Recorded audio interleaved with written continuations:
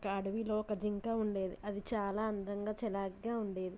చెంగు చెంగున ఎగురుతూ గంతులు వేస్తూ అడవంతా కలియ తిరుగుతూ ఉండేది.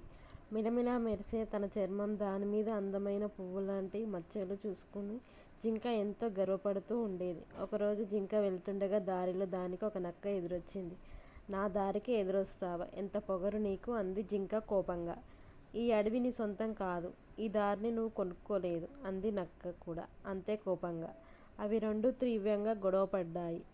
నిన్నేం చేస్తానో చూడు అంటూ వెళ్ళిపోయింది నక్క. ఎలాగైనా ఆ జింక పొగరు అణచాలని నక్క చాలా కుతూహలాడింది.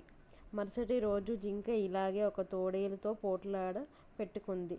చాటు నుంచి ఈ విషయం గమనించిన నక్క తోడేలు దగ్గరికి వెళ్ళి, రాను రాను ఈ జింక గర్వం ఎక్కువైపోతున్నది.